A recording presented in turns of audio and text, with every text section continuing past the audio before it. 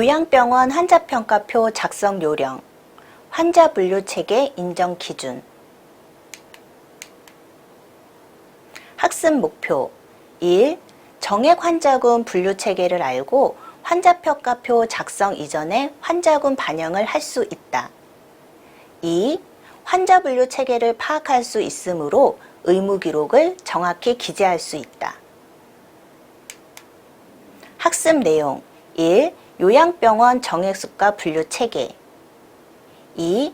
환자 분류군 체계 및 환자평가표 작성 세부사항의 의미. 1. 환자 분류 체계 인정 기준. 일상생활 수행 능력 ADL에 대해서 보도록 하겠습니다. 일상생활 수행 능력 ADL, 요양병원에서는 일상생활 수행 능력에 대한 평가의 부분이 매우 중요한데요. 선생님들 대부분 이제 그 요양병원 이전에는 이 ADL에 대해서 이렇게 자세하게 학습할 기회가 많지는 않으셨을 것 같아요. 저도 요양병원에 와서 이 ADL의 평가하는 부분에 대해서 조금 더 깊이 보았는데요. 그럼 일상생활 수행 능력에 대한 부분과 그러면 점수 항목은 어떻게 되는지 보도록 하겠습니다. 일상생활 수행 능력 이 부분의 계산, 점수 계산, 환자평가표의 ADL의 측정 항목 중 4가지 항목에 대해서 식사하기, 체위 변경하기, 옮겨 앉기, 화장실 사용하기 이 4가지는 선생님들 외워두시기 바랍니다. 식사하기, 체위 변경하기, 옮겨 앉기, 화장실 사용하기의 점수를 모두 합하여 산정합니다. 이 ADL의 항목은 10가지인데요. 이 10가지 항목은 똑같이 평가하지만 이 점수의 항목의 합에 들어가는 것은 이 4가지라는 것이기 때문에 외워두시라고 얘기를 드렸고요. 문항별 점수를 보면 완전 자립이다. 네, 환자가 스스로 너무 잘한다. 이런 경우에 1점. 감독이 필요하다. 2점. 약간의 뭔가 스킨십, 약간의 도움이 필요하다. 3점. 상당한 도움 4점. 전적인 도움 5점. 행위 발생 안함이 5점입니다. 일상생활 수행 능력의 ADL이 이전의 수가에서는 ADL의 점수에 따라서 중분류로 나누었는데요.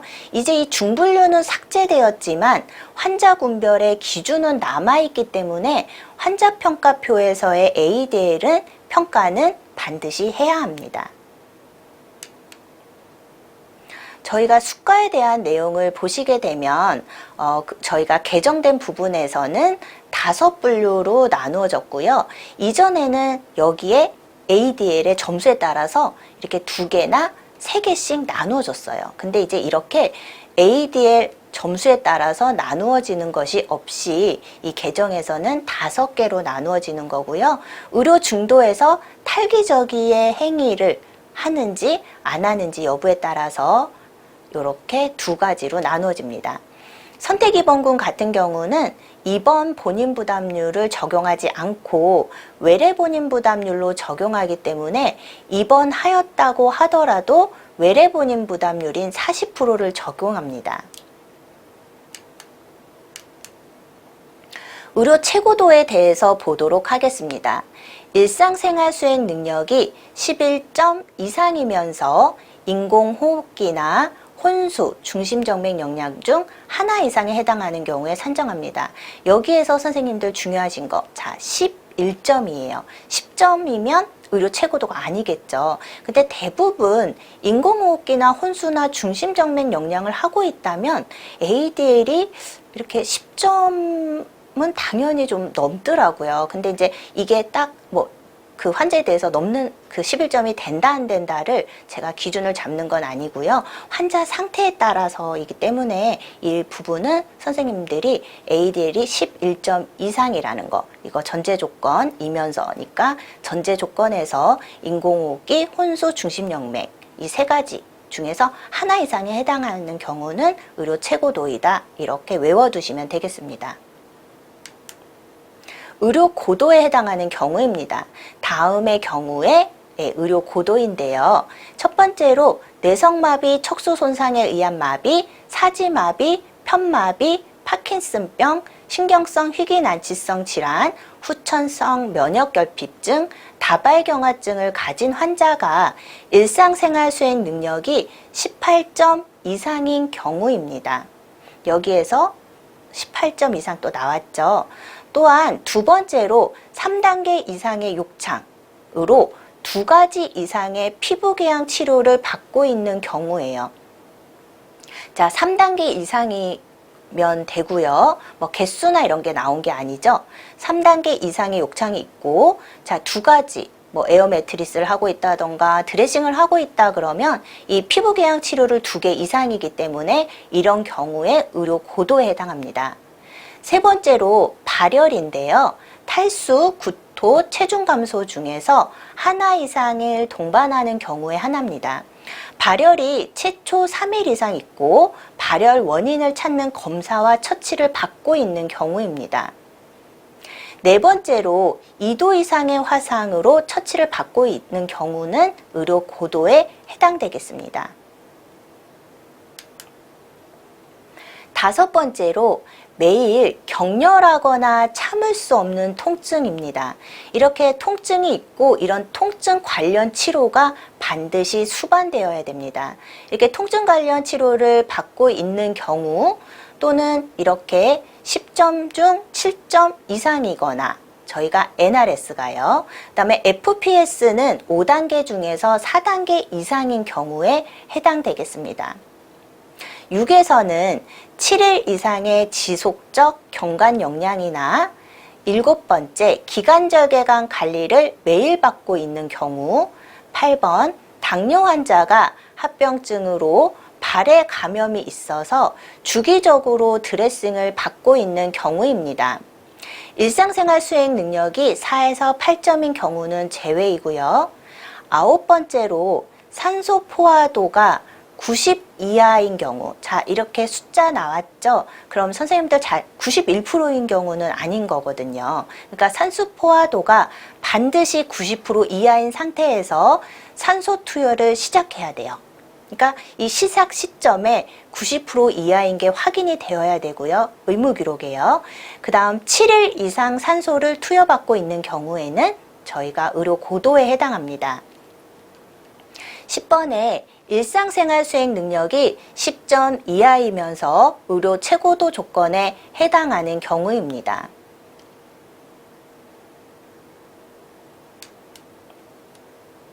저희가 신경희귀 난치성 질환은 어떤 질환을 얘기를 하는지 좀 살펴보고 가도록 하겠습니다.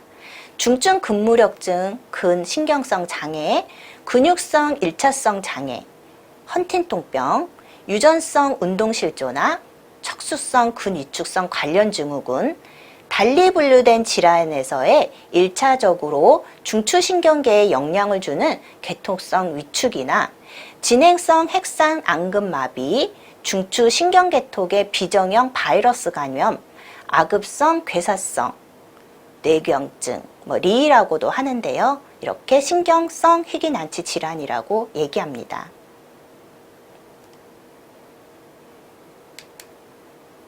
그럼 저희 피부궤양의 치료라고 얘기를 드리는데 제가 아까 피부 드레싱이나 또 에어 매트리스 사용하고 있는 경우이다 라고 얘기를 드렸어요. 근데 이 4가지 보시면 압력을 줄여주는 도구입니다. 이제 물론 에어 매트리스가 제일 많을 거고요. 근데 이제 저희가 환자의 포지션 체인지를 위해서 이제 베개를 이렇게 이제 환자의 그 자세 유지를 위해서 쓰는 경우 있거든요. 그런 경우에는 해당하지 않는다라는 거. 그리고 체위 변경을 시행할 때, 물론 체위 변경을 시행하는 그런 의무 기록, 2시간마다 어떻게 했는지에 대한 부분이 의무 기록에 확인되어야 되고요. 피부 문제를 해결하기 위한 영양 공급이나 피부 궤양의 드레싱 등이 있습니다. 경관 영양에 대해서 보도록 하겠습니다. 경관 영양을 하고 있으면서 경관 또는 말초정맥을 통해서 섭취하는 칼로리가 총 섭취 칼로리의 51% 이상인 경우, 또한 경관 영양을 하고 있으면서 경관 또는 말초정맥 정맥을 통해서 섭취하는 칼로리의 섭취 칼로리의 26에서 50% 이하이면서 일일 섭취 수분량이 500일 이상인 경우, 그 경우가 해당하겠습니다. 의료 중도에서 일상생활 수행 능력 향상에 대한 부분입니다. 주 내용을 보시면 의사의 판단하에 오더가 있어야 되는 거고요. 환자의 상태에 따라서, 그러니까 일률적으로 의료 중도에 해당하는 환자를 저희가 일상생활 능력 향상 활동을 하는 것이 아니라 의사가 판단해서 환자의 상태에 따라서 적합한 일상생활 수행 능력 향상 활동을 일일 4회 실시를 하고 진료기록부 등의 활동 내용 등 개선 경과를 기록한 경우에 51.70 일일당 별도 산정이 가능합니다. 의료중도 환자에게 일상생활 수행 능력의 향상 활동을 실제 시행한 경우에 입원료의 일당 개념으로 산정하는 거고요. 외박수가 산정 시에는 별도로 산정할 수 없습니다. 자발적으로 보행이 가능한 환자에게는 산정 불가하고요. 보조인력의 도움을 받아서 시행한 내용이 진료기록부에 반드시 확인되어야지 산정 가능한 부분입니다. 그래서 환자가 9박 10일에 입원을 하고 매일 4회 이상 실시했다면 저희가 이 부분은 1일당이기 때문에 1회씩 총 9회를 산정하시면 되겠습니다. 의료 중도에서 일상생활 수행 능력에 대한 향상 활동의 Q&A를 보도록 하겠습니다. 먼저 0에서 6시 사이에 입원하거나 18시에서 24시 사이에 퇴원을 해서 입원료의 50%를 별도 산정하는 경우에 일상생활 수행 능력에 대한 일상생활 수행 향상 활동의 수가 산정이 가능하냐 이 부분인데요. 일상생활 능력의 향상 활동은 입원료의 50%가 별도 산정된 경우에는 산정할 수 없습니다. 또한 일상생활 능력 향상 활동을 시행한 경우 의무기록에 기재할 내용은 무엇인가 라는 내용인데요. 실시 목적이나 시간, 방법, 장소, 투입 인력, 소요 시간, 환자 상태의 개선 경과 등을 구체적으로 기재하시면 되겠습니다. 세 번째로 특정 항목의 전문 재활 치료 산정 시 일상생활 수행 능력에 대한 이 활동 수가 산정이 가능한가라는 여부입니다. 일상생활 수행 능력 향상 활동은 특정 항목 전문 재활 치료와는 다른 별개의 행위로 해당 급여로 충족했을 경우에 산정하실 수 있습니다. 일상생활 수행 능력 향상 활동은 무엇인가요? 라는 내용인데요. 일상생활 수행 능력 향상 활동은 환자가 기저귀를 하지 않고 하루 일정 기간 보조를 받아서 보행이나 탈기저귀 훈련 등을 이런 활동을 시행한 경우에 이렇게 향상 활동을 했다라고 할 수 있습니다. 또한 저희가 중도에서는 다음 중 어느 하나에 해당하는 경우에 산정되는데요. 첫 번째로 내성마비, 척수 손상에 의한 마비, 사지마비, 편마비, 파킨슨, 신경성 희귀난치성 질환 후에 어떤 저희가 이제 면역 결핍증, 다발경화증 등을 가진 환자가 일상생활 수행 능력이 11에서 17점 이상인 경우입니다. 2단계 욕창으로 2가지 이상의 피부궤양 치료를 받고 있는 경우 3. 당뇨이면서 혈당 검사 및 인슐린 주사가 매일 시행되고 혈당 및 인슐린 투여량 용량이 변화된 경우에 해당합니다. 심한 경우에 해당합니다. 이렇게 보시게 되면 네 번째 보시겠습니다. 매일 있는 중등도의 통증으로 통증 관련 치료를 받고 있거나 암성 통증으로 통증 관련 치료를 받고 있는 경우 이제 마약성 진통제 등이 예인데요. 이렇게 중도에서는 저희가 아까 여기 보듯이 일상생활 수행 능력이 11에서 17점이고요. 이제 저희가 이렇게 이상인 경우는 고도로 갔어요. 그래서 편마비, 파킨슨, 신경성 희귀난치 질환, 후천성 면역결핍, 다발경화 이런 환자들이 ADL이 11에서 17점 이상인 경우, 그리고 욕창이 2가지 이상. 이제 이전에는 부위가 몇 개이냐, 부위에 몇 개 있냐 이런 부분도 있었는데요. 이제는 2가지 이상의 욕창이 있고, 이제 전제 조건이죠. 이렇게. 그 다음에 치료를 받고 있다. 2가지. 에어매트리스나 피부궤양 치료를 받고 있다면 의료 중도에 해당합니다. 또한 당뇨이면서 뭔가 인슐린 주사를 매일 이제 이렇게 투여 시행이 되는 거고요. 또 이렇게 매일 환자가 당뇨가 너무 조절이 잘 돼요. 변화도 없고 컨트롤이 잘 된다. 이런 경우가 아니라 좀 이렇게 조절이 안 되어서 인슐린 투여 용량이 이렇게 변화가 심한 경우, 환자에 대한 케어가 좀 집중된다라고 좀 이해하셔도 될 것 같아요. 또 4번째는 중증도의 통증으로 통증 관련 치료를 받고 있는 경우, 암성 통증으로 통증 관련 치료를 받고 있는 경우가 의료 중도에 해당된다라는 거 알고 계시면 되겠습니다.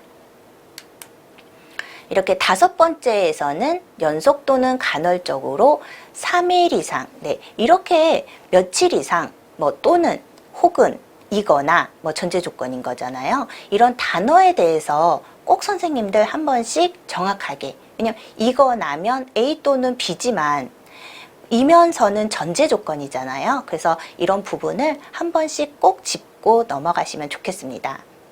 이렇게 연속 또는 간헐적으로 3일 이상 정맥주사로 치료 약제를 투여받고 있는 경우이고요.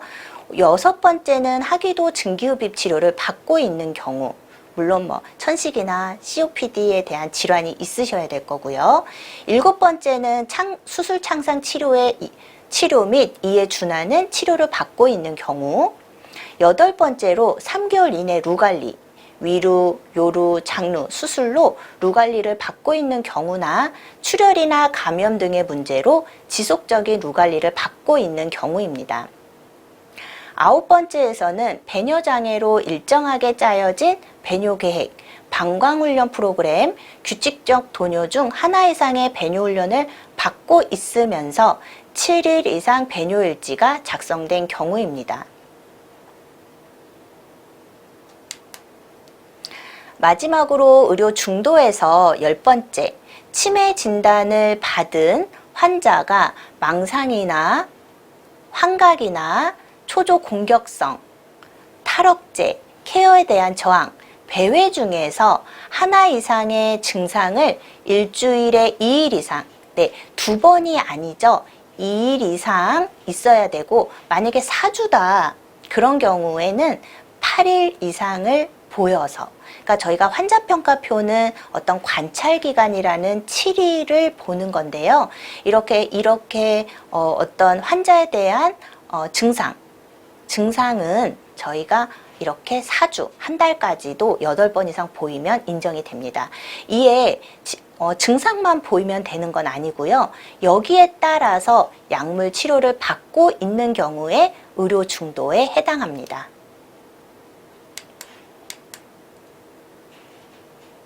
그럼 저희가 참고로 보시게 되면요.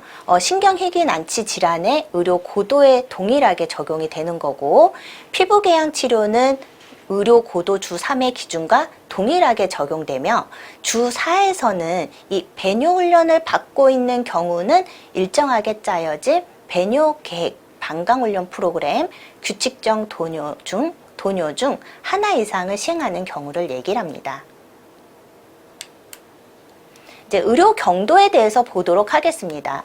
의료 경도에 해당하는 경우는 첫 번째로 치매 진단을 받은 환자가 우울, 낙담, 불안, 이상 증상, 반복적 행동, 수면, 야간 행동 중에서 하나 이상의 증상을 일주일에 2일 이상 또는 4주에 8일 이상 보이고, 치매 관련 약제를 투여받고 있는 경우, 그럼 여기에 중요한 건 어떤 거죠? 치매 진단을 받아야 되는 거죠. 진단이 있어야 되고요. 예, 지금 여기에 보여지는 증상이 일주일에 2일 이상이나 4주에 8일 이상 보여야 되며, 또한 이 증상만 보이는 것이 아니라 치매 관련 치료를 뭔가 약제를 투여할 경우에만 의료 경도이다. 그러니까 이 치매 약제가 들어가지 않는다 이런다면 의료 경도에 해당하지 않겠죠. 또한 두 번째로 최고도 내지 이 의료 중도에 해당하지 않는 환자로서 루 관리를 받고 있는 경우, 그쵸? 이렇게 중도에 해당하지 않는 환자로서 루 관리를 받고 있는 경우, 세 번째로 일상생활 수행 능력이 6점 이상이면서 특정 항목에 해당하는 전문재활치료, 자, 물리치료 아니죠. 전문재활치료를 적어도 한 가지 이상을 주 2일 이상 받고 있으며 지속적으로 입원 치료가 필요하다. 이런 경우에 의료 경도에 해당되겠습니다. 네, 마지막 선택 입원군을 보도록 하겠습니다. 선택 입원군은 국민건강보험법 시행령 제19조 제1항에 따라서 이 규정에 적용받는 경우로서 일정 기간 입원이 필요하나, 입원 치료가 필요하나 최고도, 고도, 중도, 경도에 해당하지 않는 환자에게 적용한다. 그래서 외래 본인 부담률로 적용한다. 네, 기억나시죠? 네, 코드도 F006으로 네, 저희가 적용이 된다라고 얘기를 드렸습니다. 퀴즈를 풀어보도록 하겠습니다. 1. 2도 이상의 화상과 처치를 받고 있는 환자 분류군은 1. 의료 최고도, 2. 의료 고도, 3. 의료 중도, 4. 의료 경도, 5. 선택 입원군. 2. 일상생활 수행 능력이 11점 이상이면서 인공호흡기를 하고 있는 환자 분류군은 1. 의료 최고도, 2. 의료 고도, 3. 의료 중도, 4. 의료 경도, 5. 선택 입원군. 요점 정리를 보도록 하겠습니다. 이번 시간에는 환자 분류 체계 인정 기준에 대해서 보고 환자평가표 작성의 반영 부분을 보았습니다.